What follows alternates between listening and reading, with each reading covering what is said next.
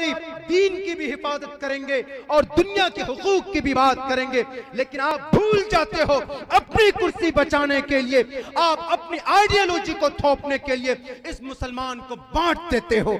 कहते हो कि हमारी कुर्सी बचनी चाहिए, तुम्हारी जमात अलग होगी, मेरी जमात अलग होगी। कोई खामी नहीं है तबलीगी जमात के अंदर, लेकिन खामी है आज के करने वालों के अंदर। तबलीग के अंदर कोई इंतशार नहीं था। कौन है वो गद्दार जो इस मुबारक काम करने वालों के बीच में फूट डाला है? और एक बात याद रखो मुसलमानों, जब सहाबा मुत्तहिद थे तो अल्लाह की रहमत आती थी। जब सहाबा जंगे उहद में मुंतशिर हो गए तो 70 सहाबा गाजर मूली की तरह शहीद कर दिए गए। कोई पूछने वाला नहीं हुआ। सिर्फ गलती ये थी कि दो जमातों में बट गए। अगर हम तबलीग के नाम पर या मस्जिद के नाम पर या मदरसों के नाम पर या मकतबे फिक्र के नाम पर अगर बट गए, जंगे बद्र पे, जंगे उहद पे सहाबा थे, अल्लाह के नबी थे, उसके बावजूद भी अल्लाह की मदद रोक दी गई थी। अल्लाह ने कहा मदद नहीं जाएगी। क्यों? मदद इत्तिहाद पर होता है, यदुल्लाहि अलल जमा। अल्लाह के नबी खामोश हो गए कि वाक़ईतन मेरे सहाबा से चूक हुई है।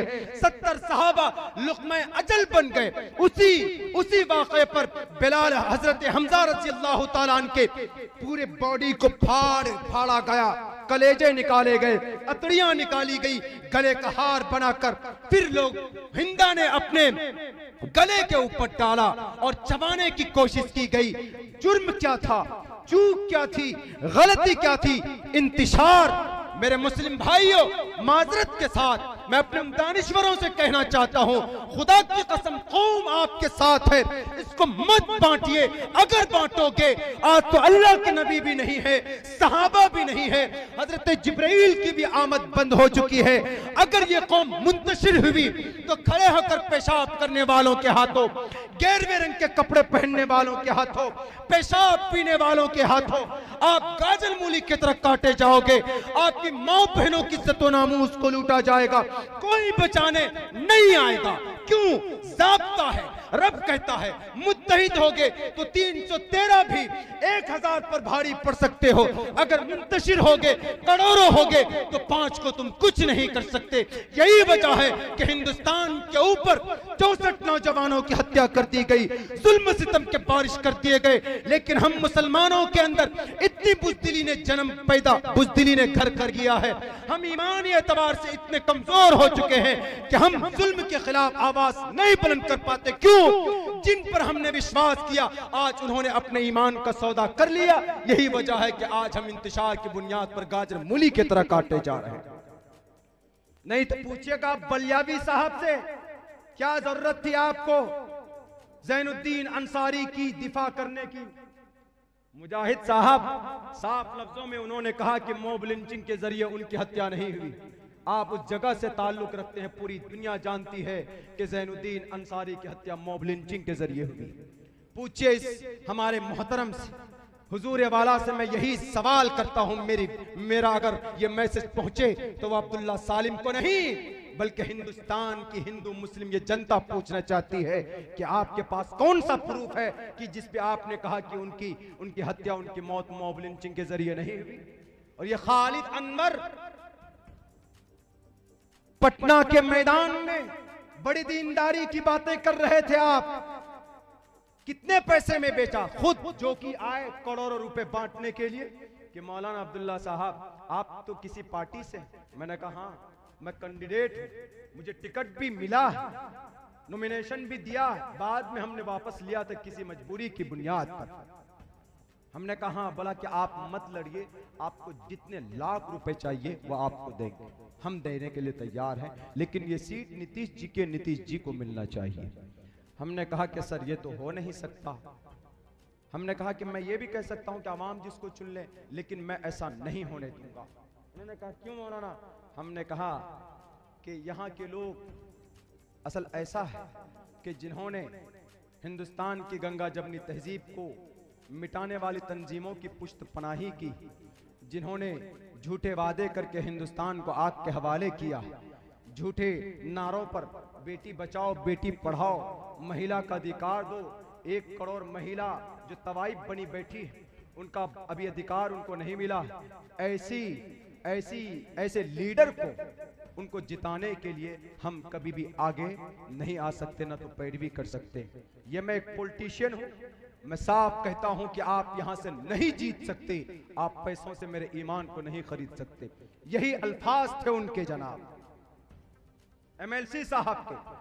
इसीलिए खुदारा आपके मुसलमानों में जो भी लीडर बनते हैं इस पॉलिटिकल एतबार से, वो अपने ईमान का सौदा ना करें।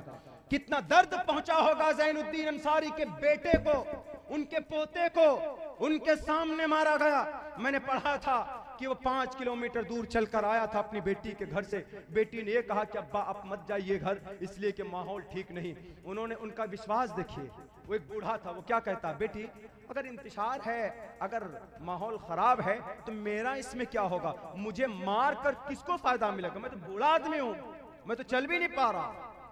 लुंगी पहनकर, हरे रंग का कुर्ता पहनकर वो अपने इस हिंदुस्तान की गंगा जमनी तहजीब पर विश्वास करते हुए चला। वो बेचारा बूढ़ा आदमी कुछ दूर पहुंचा था कि पीछे से सर पर डंडा मारा गया, सर फटा, नीचे गिरा, मौत नहीं हुई, उस पर तशफ़ी नहीं मिली। उन राक्षस रावण की औलादों को, दज्जाल के चेलों को, गुंडे लुटेरों को उन्होंने ज़िबा किया, बाज़ाब्ता ज़िबा किया और खून से लथपथ उस लाश को दुकान के सामने रखकर तब भी पेट नहीं भरा। कैसे हैवान थे वो, कैसे जल्लाद थे वो। हमारे हिंदू भाइयों, पूछो आप उन गद्दारों से जिन्होंने ये तरबियत दी है। अब फिर उस पर वो डालना कि नहीं वो नहीं हुआ, तो ये हिंदुस्तान की एक बड़ी दुर्भाग्य और बड़ी उसकी बात है।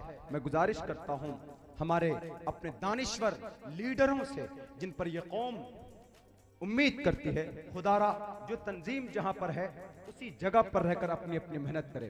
तबलीग वाले मदरसे वाले पर एतराज न करे, मदरसे वाले तबलीग वाले पर एतराज न करे, और तबलीग वाले खुद आपस में न बटें। बांग्लादेश में 5 लोग शहीद हो गए इसी झगड़े पर। बताइए, तबलीग बजाते बनफ्से नफीस, बजाते तबलीग फी जाती ही कोई शक नहीं है इसकी अच्छाई पर, मैं बहुत बड़ा सपोर्टर हूं। लेकिन जो लोग, कुछ लोग जो 4 महीना लगाने के बाद, चिल्ला लगाने के बाद या 1 साल लगाने के बाद, उससे बड़ा मुफ्ती कोई नहीं है, उससे बड़ा मुफ्ती कोई नहीं। मैं इस कॉन्सेप्ट और इस सोच के विरोध में हूं। उलमा की फजीलत को नहीं पहुंच सकते क़यामत की सुबह तक। उलमा की फजीलत को अल्लाह खुद बोलता है, इन्नमा यख्शल्लाह मिन इबादिहिल उलमा। उलमा अपनी जगह पर है, खानका के हमारे बुजुर्गान दीन अपनी जगह पर हैं।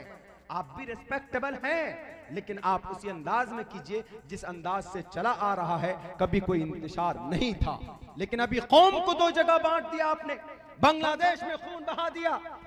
ये आपकी कुर्सी नहीं तो क्या है? जब किसी चीज की मोहब्बत होती है, लालच, तब जाकर फिरके बन जाते हैं।